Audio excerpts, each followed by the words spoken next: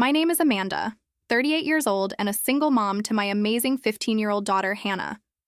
My younger sister, Stephanie, and I have always been close, so when her wedding invitation arrived, we were both excited. But my excitement quickly turned to confusion when I noticed only my name on the invitation, not Hannah's. When I called Stephanie to ask about it, her response left me speechless. "Sorry, Amanda. The wedding is adults only. No one under 18 allowed. I never imagined my own sister would exclude her niece." Before I continue my story, let me know where you are watching from and hit subscribe if you have ever been hurt by the people who should love you unconditionally. Stephanie and I grew up in a middle-class neighborhood in Denver. With a 5-year age gap between us, I naturally took on the role of protector and caretaker. Our parents both worked long hours at their respective jobs. My father as an accountant and mother as a nurse, which meant I often picked Stephanie up from elementary school while I was in middle school. I would help her with homework, make her afternoon snacks, and listen to her stories about school. I remember one particular incident when Stephanie was 9 and I was 14. Some girls at her school were bullying her because of her red hair and freckles. When I found out, I marched right over to those girls during recess and told them if they ever bothered my sister again, they would have to deal with me. The bullying stopped immediately. Stephanie looked at me like I was her personal superhero. As we grew older, our bond only strengthened. When Stephanie had her first date at 16, I was the one who helped her pick out her outfit, taught her how to apply mascara without clumping, and waited up until she got home safely. I was there for every milestone in her life, including her high school graduation, her college acceptance, and her first heartbreak. When I met David at 21, Stephanie was instantly supportive. She helped plan my bridal shower and served as my maid of honor in my wedding at 22. She held my hand through all my pregnancy scares and was the first person besides David to hold Hannah when she was born. The look of pure love on her face as she cradled her newborn niece is something I will never forget. Life took an unexpected turn when Hannah turned 5. David began working late, becoming distant, and making excuses to avoid family time. Eventually, I discovered he was having an affair with a co-worker. The divorce was messy and painful. David left us with little financial support, moving across the country with his new girlfriend and barely maintaining contact with Hannah. Those first few years as a single mom were incredibly difficult. I worked 2 jobs to make ends meet, one as an administrative assistant during the day and waitressing on weekends. There were nights I would cry myself to sleep wondering how I would pay the next bill or afford new shoes for Hannah's growing feet. During this challenging period, Stephanie became my rock. She would babysit Hannah on weekends so I could pick up extra shifts. She helped with groceries when money was tight and even paid our electric bill one winter when I had to choose between heat and rent. More importantly, she provided emotional support, reminding me that I was strong enough to get through this. Hannah and Stephanie developed a special bond during those years. Stephanie was the fun aunt who took Hannah to the park, bought her ice cream, and snuck her little presents just because. When Hannah was 7, Stephanie taught her how to bake chocolate chip cookies from scratch, creating a Saturday tradition that lasted for years. They would spend hours in the kitchen flour covering their faces, giggling as they experimented with different ingredients. For Hannah's 10th birthday, Stephanie took her shopping for her first grown-up dress, and afterward, for a fancy lunch where they ate with their pinkies up pretending to be royalty. Hannah talked about that day for months, treasuring the photos they took in the mall photo booth. Things began to change about 2 years ago when Stephanie met Richard at a charity gala for her law firm. Richard came from a wealthy family with connections throughout the city. He worked as an investment banker, lived in an exclusive neighborhood, and moved in social circles that were very different from our middle-class upbringing. As Stephanie and Richard's relationship progressed, her visits became less frequent. The Saturday baking sessions with Hannah stopped. At first, there were excuses about work being busy or Richard having planned something special. Eventually, the excuses stopped altogether, and the visits simply dwindled. I noticed subtle changes in my sister. Her wardrobe became more expensive. Her hair always professionally styled. She began talking about restaurants I could never afford, and vacations to places I had only seen in magazines. While I was happy that she seemed happy, I worried about the growing distance between us. Hannah noticed the changes too. "Why does Aunt Stephanie not come over anymore?" she would ask. I made excuses about adult responsibilities and busy schedules, never wanting to taint Hannah's image of her beloved aunt. But I could see the hurt in my daughter's eyes when weeks would pass without a call or text from Stephanie. "I have invited a few extra guests," she announced as I was setting the table. "Hope that is not a problem." The wedding invitation arrived on a Tuesday in early June. I remember because Hannah had just finished her last day of 9th grade, and we were planning to celebrate with takeout and a movie marathon. The envelope stood out immediately in our pile of bills and flyers. Thick cream-colored paper with gold-embossed lettering and a wax seal bearing the initials S and R. "Is that from Aunt Stephanie?" Hannah asked, excitement lighting up her face as she recognized the elegant handwriting on the envelope. "Looks like it," I replied carefully, breaking the seal. Inside was the most elaborate wedding invitation I had ever seen. The paper felt expensive, between my fingers, heavy and textured. Gold foil script announced that Stephanie Marie Johnson and Richard William Harrington III request the honor of your presence as they unite in matrimony. The wedding was to take place at the Grand Wellington Hotel, one of the most prestigious venues in the city, followed by a reception in their ballroom. "We are going, right?" Hannah asked, peering over my shoulder at the invitation. "I need to start thinking about what to wear." I smiled at her enthusiasm. "Of course we are going. This is your aunt's big day." It wasn't until later that evening after Hannah had gone to bed that I noticed something was off about the invitation. At the bottom in smaller print it read Amanda Johnson and guest. There was no mention of Hannah. Despite the growing distance, I held on to hope that it was just a phase. Perhaps once Stephanie settled into her relationship with Richard, things would return to normal. After all, family bonds run deep, and the connection between us had weathered many storms before. When I called, Stephanie answered on the third ring, her voice distracted. "Amanda, I was just about to call you. Did you get the invitation?" Did you get the invitation?" "Yes, we did. It's beautiful. Hannah is so excited about the wedding." There was a pause on the line about that. "Amanda, Richard, and I have decided to make the wedding adults only. No one under 18. I felt like someone had punched me in the stomach." "What do you mean? Hannah is your niece, not some random child." "I know and I love her, but Richard's family is very traditional. They are contributing significantly to the wedding, and they expect a certain level of sophistication. Children can be unpredictable, and we want everything to be perfect." "Hannah is 15, not 5, I argued. "She knows how to behave at formal events. She won't be running around screaming or throwing food." Stephanie sighed. "It is not just about behavior. The venue is very upscale, and we are having an open bar. Plus, Richard's family does not believe events like this are appropriate for young people. It is an adult celebration." I could not believe what I was hearing. My sister was excluding her own niece from one of the most important days of her life because her fiancé's family did not think it was appropriate. What if Hannah helped out somehow? I suggested, desperately trying to find a compromise. She could hand out programs or help guests sign the guest book. That way, she could be part of the day without being a regular guest. "We have already hired professional staff for all of that," Stephanie replied, her voice growing cold. "Everything has been planned down to the last detail. We cannot make changes now." Suddenly, I heard Richard's voice in the background, followed by Stephanie covering the phone and whispering. When she returned, her tone had changed completely. "Look, Amanda, this is not up for negotiation. Richard and I have made our decision. The invitation is for you and a +1, meaning an adult guest, not Hannah. I hope you can respect our wishes for our special day." Before I could respond, Richard's voice came on the line. "Amanda, this is Richard. I understand you might be disappointed, but Stephanie and I have a vision for our wedding day. It is a sophisticated affair, and we have spent a significant amount of money to ensure everything is perfect. We cannot make exceptions even for family. I am sure you understand." The condescension in his voice made my blood boil, but I kept my composure. "I understand completely that this is your wedding. What I do not understand is how my 15-year-old niece does not qualify as family on a day that is supposed to be about celebrating family coming together."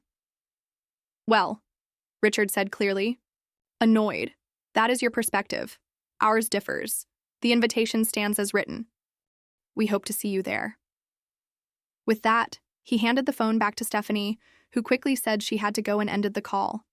I sat there holding my phone, stunned at what had just happened. How was I going to tell Hannah that her aunt, whom she adored, did not want her at the wedding?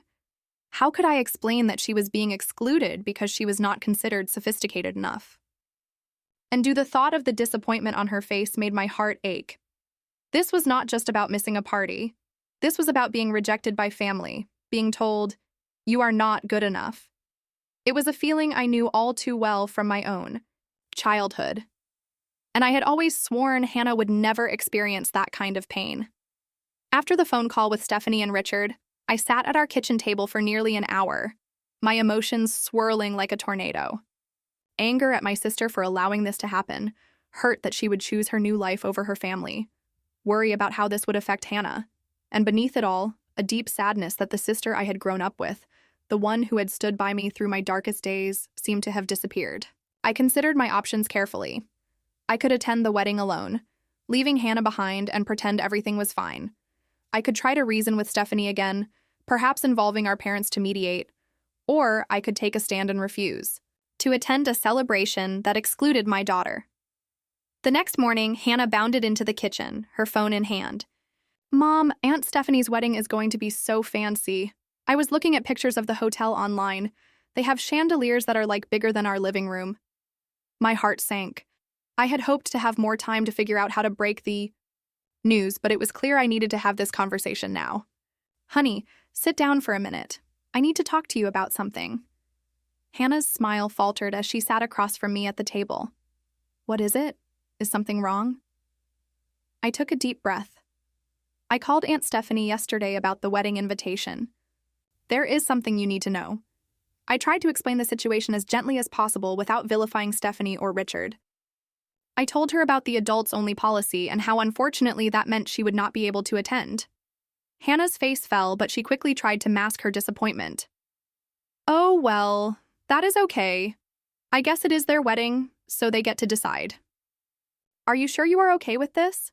I asked, reaching across the table to take her hand. She nodded, but I could see her eyes beginning to water. "Yeah, totally fine. It is probably going to be boring anyway. All those fancy people talking about boring adult stuff." Then she looked up at me with a question that broke my heart. "Did Aunt Stephanie say why she does not want me there?" Did I do something wrong? "Absolutely not," I said firmly. "This has nothing to do with you.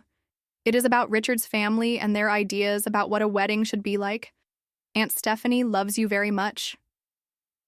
Hannah nodded again, but I could tell she did not believe me. "I already bought a dress," she said quietly. "The blue one we saw at the mall last month. I saved up my babysitting money and went back for it. I wanted to surprise you." I felt a surge of anger so intense it nearly took my breath away. My daughter had spent her own money on a dress to attend an event where she was not wanted. An event hosted by her own aunt who had once been like a second mother to her. "Can I be excused?" Hannah asked. "I have some homework to finish." It was summer break and I knew she had no homework, but I nodded anyway. She needed space to process her feelings and I respected that. After Hannah went to her room, I called Stephanie again. This time, she sent me to voicemail twice before finally answering on the third try. "Amanda, I am really busy with wedding plans. Can this wait?" "No, it cannot," I said, keeping my voice steady. "I wanted to let you know that Hannah and I will not be attending your wedding." There was a moment of silence on the other end. "What do you mean you are not coming? Is this because of the adults-only thing?" I thought we settled that. We did not settle anything. You and Richard made a decision that excludes my daughter, your niece, from a family celebration. That is not something I can support or participate in. Stephanie's voice rose in pitch. "So, you are punishing me because I will not break the rules for your daughter?" This is exactly why we do not want children at the wedding. It always becomes a whole drama. This is not about breaking rules, Stephanie. This is about recognizing who is family and who is not. Hannah is not just some random child. She is your niece, someone you used to bake cookies with every Saturday, someone who looks up to you and loves you. And you are telling her she is not welcome at one of the most important events in your life. You are making this all about you as usual, Stephanie snapped. This is my wedding day, mine and Richard's. We get to decide how we want it to be. If you cannot respect that, then maybe it is better you do not come." "I agree," I said calmly. "If my daughter is not welcome, then neither am I. I hope you have a beautiful wedding." I ended the call before she could respond. My hands were shaking, but I felt a strange sense of peace. I had made the right decision. The fallout was immediate. Within an hour, my phone was blowing up with messages from family members. My mother called, horrified that I was causing drama before the wedding. "Amanda, you need to be the bigger person here," she insisted. "It is just one day. Hannah will have plenty of other opportunities to attend family events." "That is not the point, Mom," I replied. "The point is that Hannah is being excluded from a family celebration for no reason other than Richard's family's arbitrary rules." My father was more direct. "Stop being so stubborn and think about your sister. Do you want to ruin her wedding because you cannot leave Hannah with a babysitter for one day?" Even extended family members weighed in. Aunt Carol texted to say I was being selfish. Cousin Jennifer suggested I was jealous of Stephanie's happiness. Through it all, I remained firm in my decision. This was not about me being stubborn or jealous. This was about teaching my daughter that she deserved respect and that families should not be conditional. That night, as I passed by Hannah's room, I heard muffled crying. I gently knocked on her door. "Can I come in?" I asked. Hannah quickly wiped her eyes and nodded. I sat on the edge of her bed and pulled her into a hug. "I know this hurts," I said softly. "And it is okay to be sad and disappointed. I just do not understand why Aunt Stephanie does not want me there," she whispered. "We used to be so close." "People change," I said carefully. "Sometimes they get caught up in new relationships or lifestyles and forget what matters. But that does not mean you did anything wrong." Hannah looked up at me. "Are you really not going to the wedding because of me?" I brushed her hair back from her forehead. "I am not going because I believe we are a package deal. If someone cannot accept both of us, then they do not get either of us. That is what family means to me." Hannah hugged me tighter. "Thank you, Mom." As I held my daughter, I knew I had made the right choice. Sometimes standing up for what you believe in means making difficult decisions. But in this case, the decision was clear. My priority was protecting my daughter's heart and teaching her about self-respect and true family values. The wedding was still weeks away, and I knew the pressure from family would continue, but my mind was made up. Hannah and I would spend that day doing something special together, creating our own memories, while Stephanie created hers without us.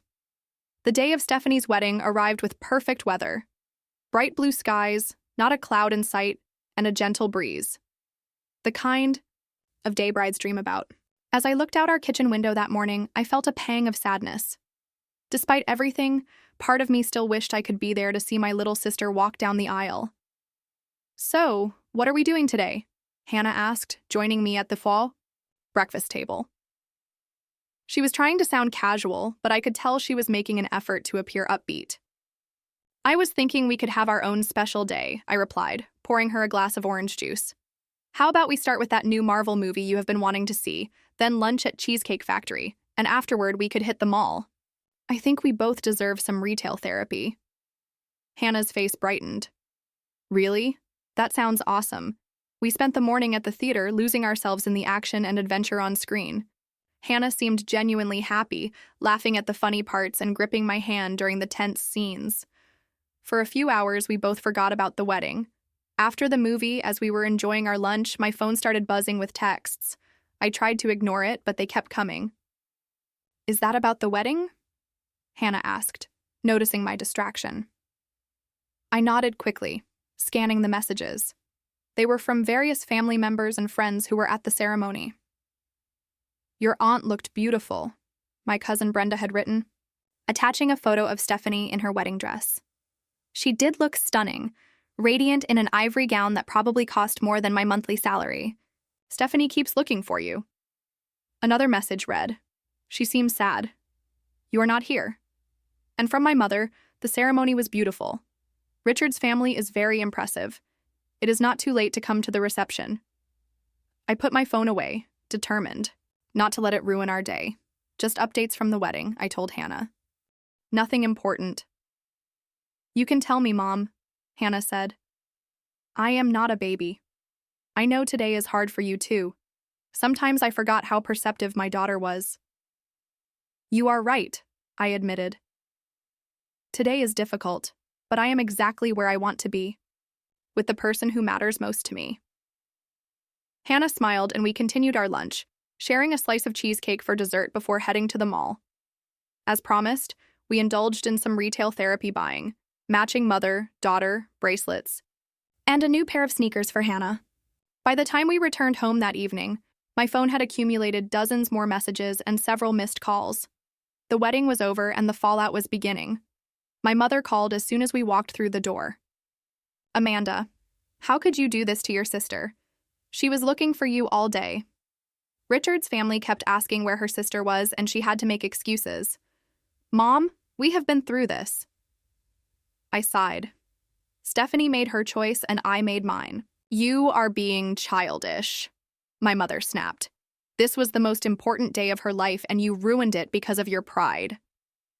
This wasn't about pride, I insisted. This was about standing up for Hannah and showing her that family does not exclude family. The conversation ended with my mother hanging up on me, something she had never done before.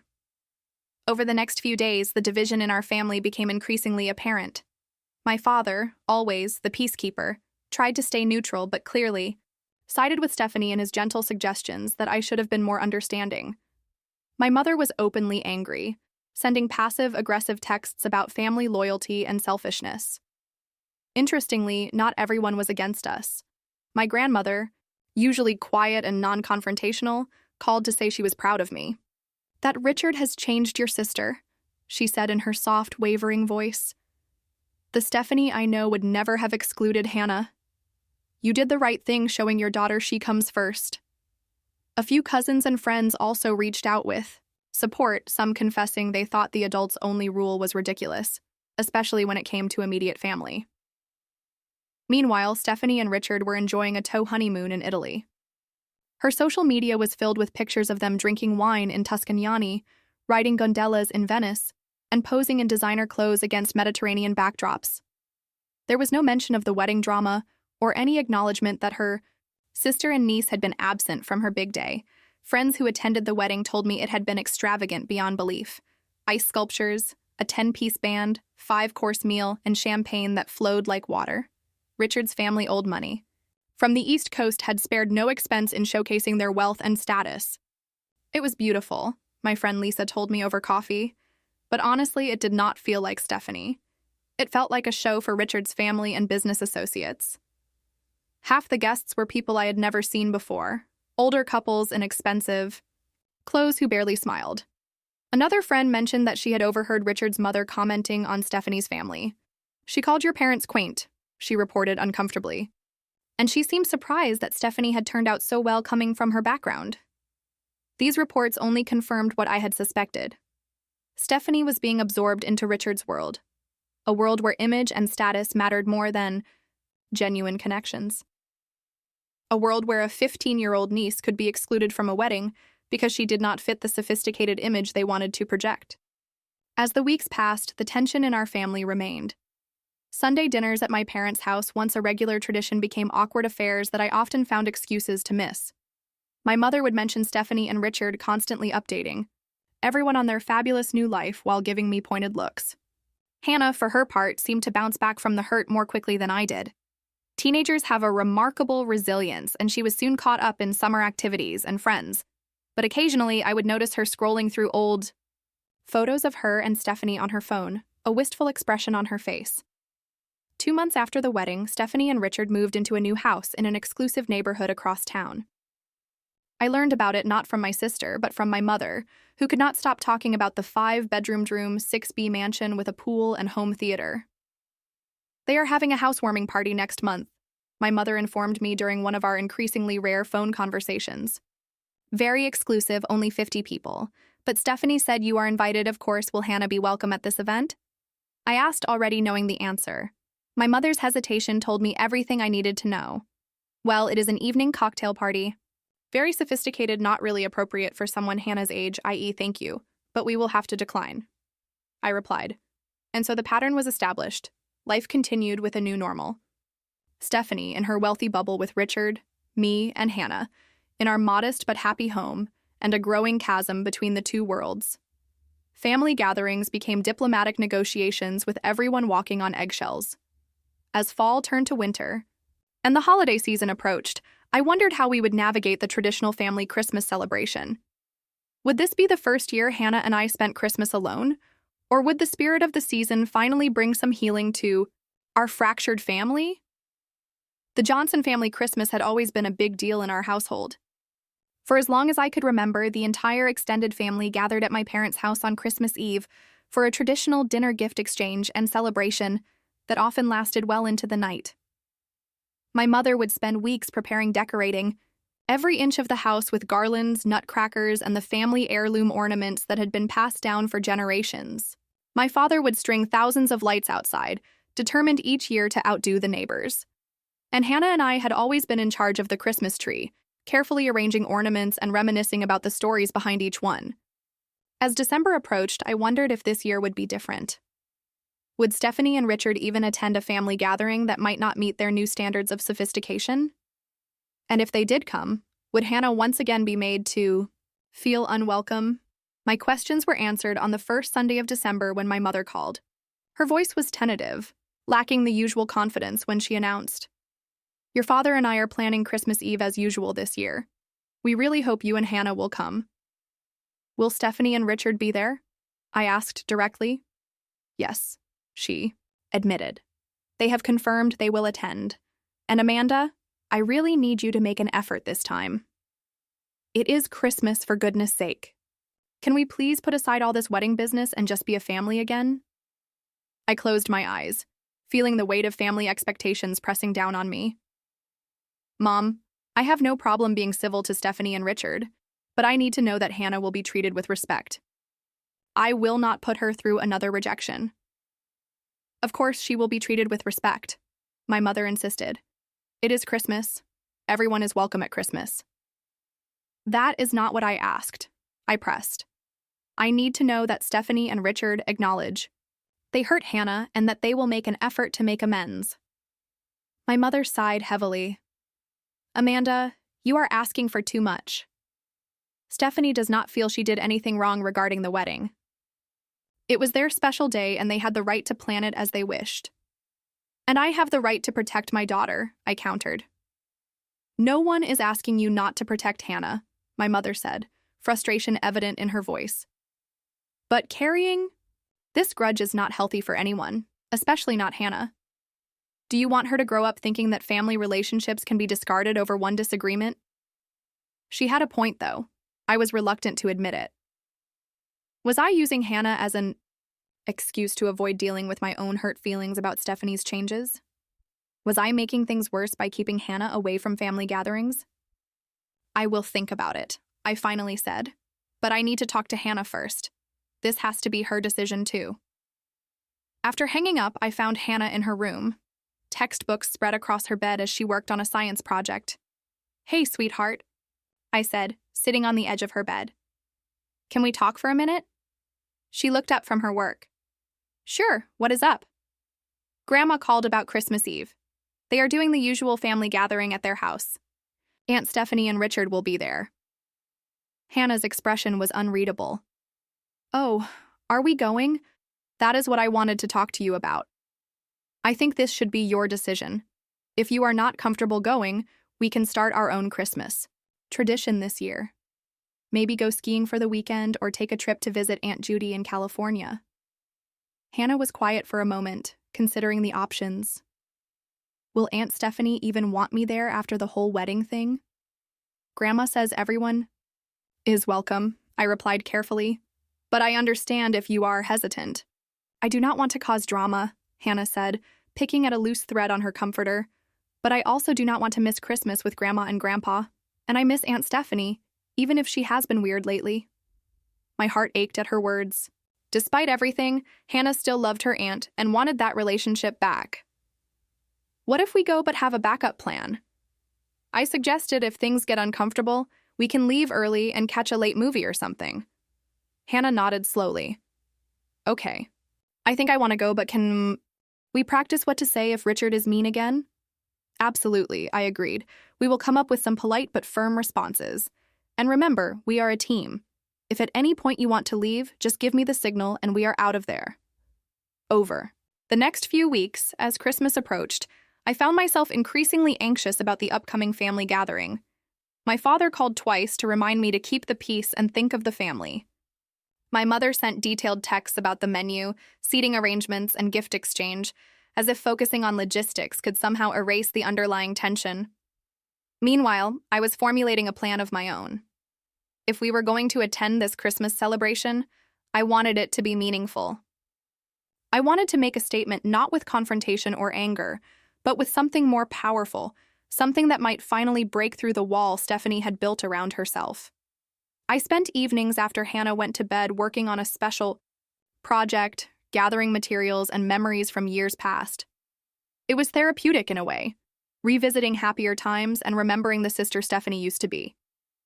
As Christmas Eve approached, Hannah and I went shopping for gifts for the family. For my parents, we chose a digital photo frame preloaded with family photos. For various aunts, uncles, and cousins, we selected thoughtful but simple presents. But for Stephanie and Richard, I had something different in mind. What do you get for people who can buy themselves anything they want? Hannah wondered as we browsed through a department store. Sometimes the most valuable gifts are not things that can be bought, I replied. Sometimes they are reminders of what truly matters. The night before Christmas Eve, as we wrapped presents, Hannah asked me a question that caught me off guard. Mom, do you think Aunt Stephanie is happy with Richard and her new life? I paused, considering how to answer honestly without disparaging my sister. I think Stephanie is living the life she thinks she wants right now. Sometimes people get caught up in appearances and forget to check if they are actually happy with what is underneath. Like when I wanted those expensive jeans because all the popular girls had them, but then I never wore them because they were uncomfortable, Hannah suggested. I smiled at her insight. Exactly like that. Sometimes we think, we want something because of how it looks from the outside, not realizing it might not feel right when we actually have it. Hannah nodded thoughtfully. I hope she figures it out. I miss the old Aunt Stephanie. Me too, honey, I said softly. Me too. That night I finished wrapping Stephanie and Richard's gift, tying it with a beautiful red ribbon. It wasn't expensive or impressive by their standards. It wouldn't match their luxurious lifestyle or fit into their sophisticated image, but it contained something more valuable than anything money could buy: truth and memories. As I placed it under our small Christmas tree, I wondered how it would be received. Would Stephanie see it as the olive branch it was intended to be? Or would she dismiss it as sentimental nonsense that had no place in her new life? Either way, I was ready to face Christmas Eve with my head held high and my daughter by my side. Whatever happened, we would face it together with dignity and grace. And maybe, just maybe, a Christmas miracle would bring back the sister I had lost. Christmas Eve arrived with a light dusting of snow, just enough to make everything look magical, without causing driving hazards. Hannah and I spent the morning baking cookies to bring to dinner, following my grandmother's recipe for gingerbread that had been a family tradition for generations. Do I look okay? Hannah asked nervously as we prepared to leave. She was wearing a green velvet dress with a delicate gold necklace I had given her for her last birthday. You look beautiful, I assured her, adjusting a strand of her hair. Remember, hold your head high. You have nothing to be ashamed of. We arrived at my parents' house at exactly 6 p.m., arms laden with gifts and cookies. The house looked like something out of a Christmas movie, with twinkling lights outlining every window and door and a large wreath adorning the front entrance. My mother greeted us with forced cheerfulness. Amanda, Hannah, Merry Christmas. Come in, everyone is already here. My stomach tightened at those words. Everyone included Stephanie and Richard. As we entered the living room, I immediately spotted them by the fireplace. Stephanie in a designer red dress that probably cost more than my monthly rent. Richard in a tailored suit that seemed excessive for a family gathering. They were chatting with my father and Richard's parents, who had apparently been invited this year. Hannah gripped my hand tighter as we approached the group. I squeezed back reassuringly. "Merry Christmas," I said to everyone, keeping my voice pleasant and neutral. Richard's parents nodded stiffly, clearly sizing us up and finding us lacking. My father gave us each a warm hug. Richard offered a curt Merry Christmas without quite making eye contact.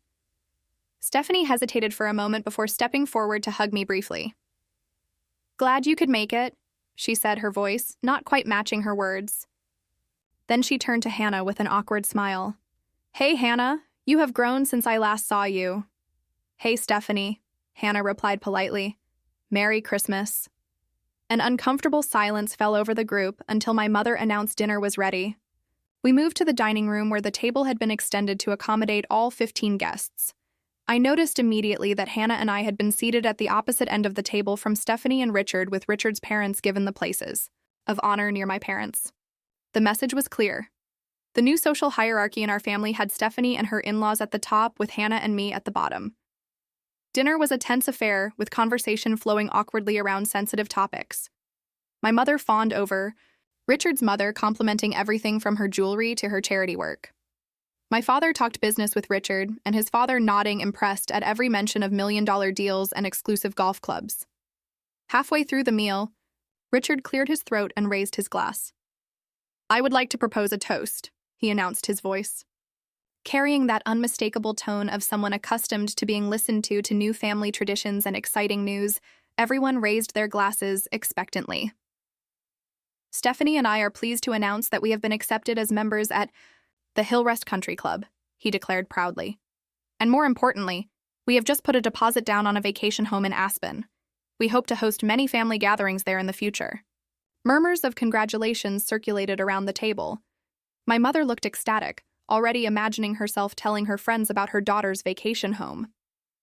"Of course," Richard added, glancing briefly in my direction. "The Aspen House will mainly be for adult gatherings. The neighborhood and our social circle there are not really suitable for children." I felt Hannah stiffened beside me. Once again, she was being preemptively excluded. I placed my hand over hers under the table, silently communicating my support. "How wonderful," my mother gushed, either missing or ignoring the slight. "Stephanie always loved skiing as a child."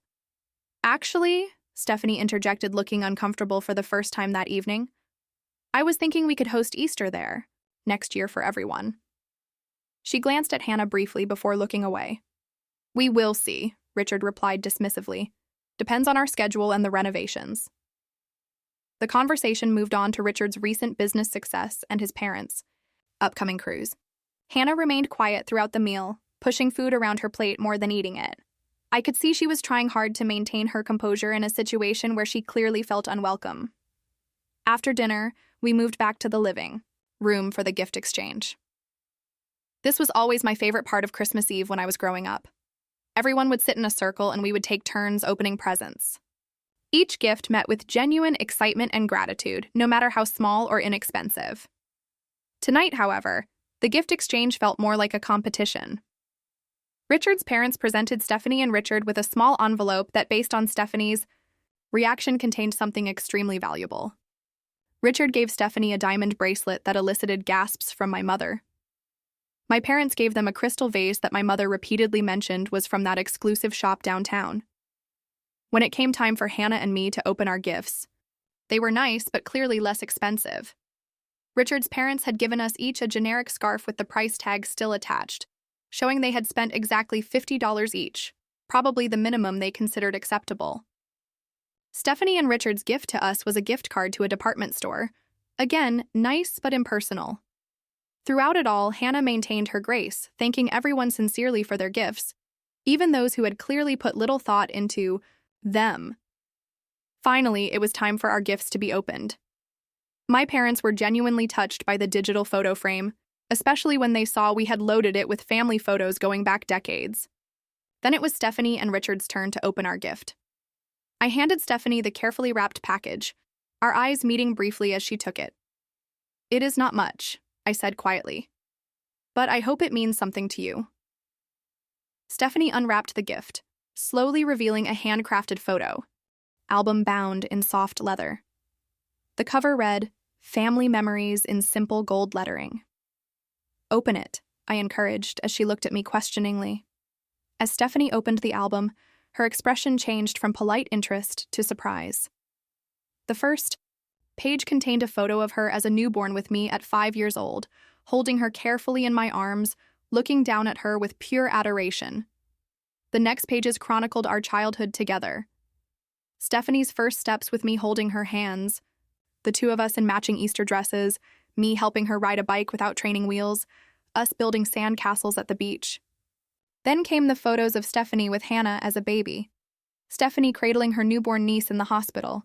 Stephanie feeding Hannah a bottle while making silly faces at her. The two of them baking cookies, flour covering their faces. Hannah's first day of school with Stephanie kneeling beside her, straightening her backpack. Interspersed among the photos were handmade cards and drawings that Hannah had given to her aunt over the years. Birthday cards with wobbly handwriting. Mother's Day cards that Hannah had made for Stephanie, "Because you are like a second mom to me." A drawing of the three of us holding hands with my family written across the top in a child's script. As Stephanie turned the pages, her hands began to tremble slightly.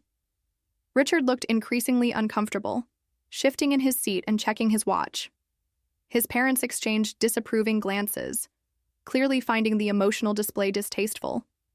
The final page of the album held the wedding invitation that had started, everything mounted carefully in the center. Underneath it, in simple handwriting, I had written, "Family means no one gets left behind or forgotten." The room had gone completely silent. Everyone was watching Stephanie, waiting for her reaction. She stared at the last page for what seemed like an eternity, her finger tracing the words I had written. When she finally looked up, there were tears in her eyes. "Amanda the First," she began, but her voice caught. Richard cleared his throat loudly. "Well, that is certainly sentimental," he said, his tone making it clear he did not consider that a compliment.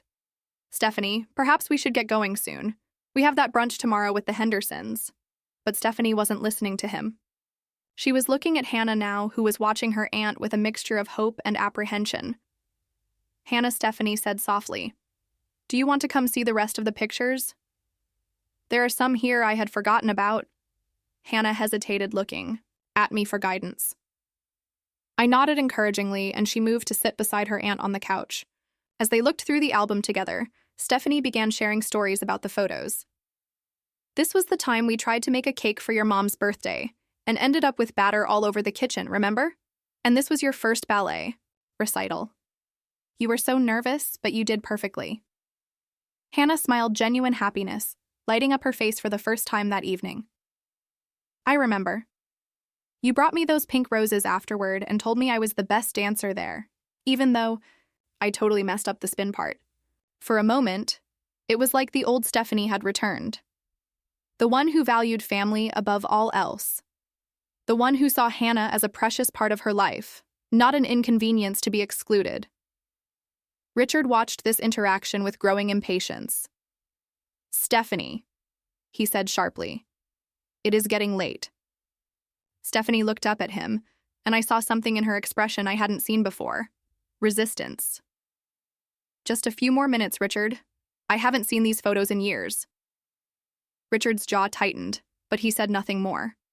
His parents, however, made a show of checking their watches and gathering their coats, clearly disapproving of the turn the evening had taken. As the night wound down, Stephanie pulled me aside. "Can we talk privately?" We stepped into my father's study, closing the door behind us. For a moment, neither of us spoke. "The album," Stephanie finally said. "It is beautiful. Thank you."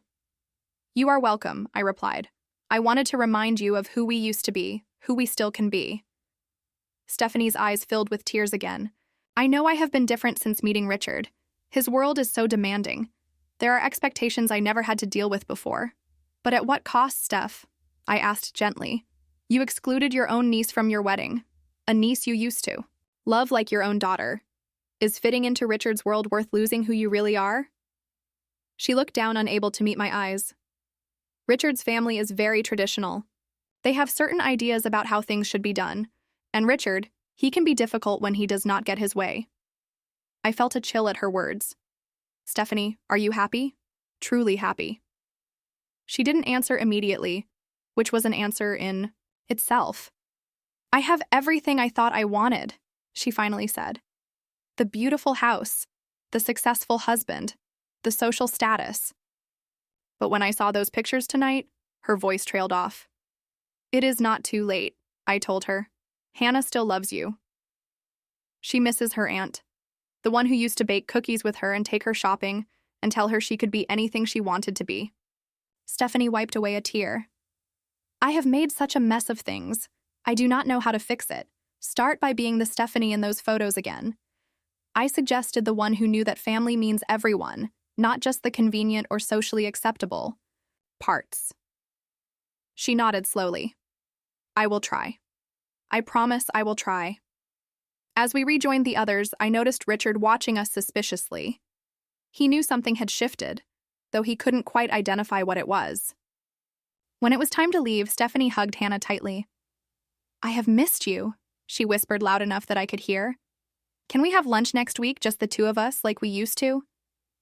Hannah's face lit up. Really, I would love that. Richard frowned, but said nothing. His parents had already left, citing the late hour and the long drive back to their hotel. As Hannah and I drove home that night, the car was filled with a sense of cautious hope. Do you think Aunt Stephanie meant it? Hannah asked about lunch and everything. I think she did, I replied. The album reminded her of who she used to be.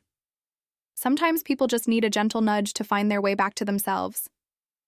That was a pretty awesome Christmas present, Mom Hannah said, smiling. Way better than a gift card. I laughed, feeling lighter than I had in months. Sometimes the best gifts are the ones that remind us of what really matters. That night, as I tucked Hannah into bed, something I rarely did now that she was 15, she looked up at me with serious eyes. Thank you for standing up for me, Mom. With the wedding and everything, I know it was hard for you to say no to Aunt Stephanie. I kissed her forehead. You will always come first for me, Hannah. Always. That is what being a parent means. As I closed her door, I reflected on the evening. My small change to our usual Christmas gifts, the simple act of reminding Stephanie of our shared history and the bonds that had once been unbreakable, had created a crack in the wall she had built around herself. It wasn't a complete reconciliation, not yet, but it was a start. And sometimes that is all you need. A beginning, a chance to rebuild what has been broken, a reminder of what truly matters in life. The days following Christmas brought a flurry of unexpected developments. The morning after our family gathering, I received a text from Stephanie that simply read, "Can we meet for coffee tomorrow?" Just us. We met at a small cafe halfway between our home's neutral territory for what I suspected would be a difficult conversation. Stephanie arrived looking different than she had at Christmas. Gone were the designer clothes and perfect makeup. Instead, she wore jeans, a simple sweater, and minimal makeup. She looked more like the sister I remembered. Thank you for meeting me, she said as she slid into the booth across from me. I have been doing a lot of thinking since Christmas Eve. The album really affected you, didn't it? I asked. She nodded, turning her coffee cup in her hands. It wasn't just the photos, though. They were powerful. It was seeing Hannah's face when I suggested lunch, the pure joy at the thought of spending time with me again. I realized how much I have been missing, how much I have thrown away trying to fit into Richard's world. It is not too late to fix things, I said cautiously. That is what I want to talk to you about, Stephanie replied. After we left your parents' house, Richard and I had a huge fight. He was furious about the album, said it was emotional manipulation. He called it low class to bring up the past that way. I felt a surge of anger. There is nothing low-ass about family memories. I know that now, Stephanie said quietly. But for months I have been letting Richard dictate what is appropriate, what is sophisticated, who I should spend time with. I have been so afraid of disappointing him or embarrassing him in front of his family that I lost sight of who I really am. What happened after the fight? I asked. I spent the night in our guest room, she admitted. This morning, I told Richard I was going to have lunch with Hannah next week, with or without his approval. I told him I would not cut my family out of my life anymore, especially not Hannah. How did he take it? Not well, she said with a humorless laugh. He said I needed to decide what was more important, my new life with him or my old life with my unsophisticated family. And what did you say? I held my breath, not sure I wanted to hear the answer. I told him I should never have had to choose, in the first place. A man who truly loved me would not ask me to cut out people who have been there for me my entire life. She took a deep breath. I told him I needed time to think about our relationship. I am staying at a hotel for a few days. I reached across the table and squeezed her hand. That took courage, Steph. It should not have taken courage to stand up for my family, she said, tears filling her eyes. That is what makes me realize how far I have strayed from who I really am. The Stephanie in those photos would never have excluded Hannah from her wedding. She would never have let anyone make her choose between the people she loves. People make mistakes, I said gently, especially when they are trying to fit into a new world. The important thing is that you are recognizing it now. I owe Hannah an apology, Stephanie said firmly. A real one, not just a casual lunch invitation. And I owe you one too. You were right to stand up to me about the wedding. I was wrong. And I am so sorry I put you in that position. We talked for over 2 hours that day. Really talked in a way we hadn't since before Stephanie met Richard. She confessed that she had been unhappy for months, feeling increasingly isolated from her old friends and family, constantly walking on eggshells around Richard and his parents, never quite measuring up to their expectations despite her best efforts. The irony, she said, is that I thought marrying Richard would give me security and status. Instead, I have never felt more insecure or less like myself. The following week, true to her words, Stephanie took Hannah to lunch. They went to their old favorite spot, a casual diner where they had spent countless Saturdays before Stephanie met Richard. When Hannah came home, she was beaming on. Stephanie said she made a huge mistake about the wedding, Hannah told me excitedly. She apologized like 1,000,000 times and said she should have stood up to Richard. And guess what? She is taking me shopping next weekend just like we used to do. Over the next few months, I watched as Stephanie gradually reclaimed pieces of her old self. She and Richard entered counseling, trying to find a way forward that respected both their relationship and Stephanie's family ties. It wasn't always smooth. Richard resisted at first, accusing Stephanie of regressing, of embarrassing him in front of his family by suddenly insisting on including Hannah in events. But Stephanie stood firm. For the first time since meeting Richard, she established boundaries and stuck to them. Hannah is my niece, my family, she told him. She will be included in our lives. That is non-negotiable. To everyone's surprise, Richard eventually began to adapt. Perhaps he realized how close he had come to losing Stephanie. Perhaps the counseling helped him see beyond his rigid upbringing. Whatever the reason, he made efforts to get to know Hannah, even inviting her to help design a recreation room in their new house for when you visit. By spring, the family dynamics had shifted significantly. Sunday dinners resumed, now alternating between my parents' house and Stephanie and Richard's. Hannah was always included, always welcomed. Richard's parents remained stiff and formal, but they no longer openly excluded Hannah or made pointed comments about children at adult events. At Easter, Stephanie and Richard did indeed host the family at their Aspen house, as Stephanie had suggested at Christmas. Hannah was given her own room decorated specifically for her with photos of her and Stephanie on the dresser. It was a clear message this space was hers. She belonged here. One evening during that Easter weekend, as Hannah and Richard's father were engaged in an unexpected but lively chess match, Stephanie and I stepped onto the balcony to admire the mountain view. "Thank you," she said, wrapping her arms around herself against the chill. For what? For not giving up on me. For showing me what I was about to lose. She turned to look at me. That album was the wake-up call I needed. It showed me who I used to be and who I was becoming. I did not like the comparison. "That is what family does," I replied. "Holds up a mirror when we need it most."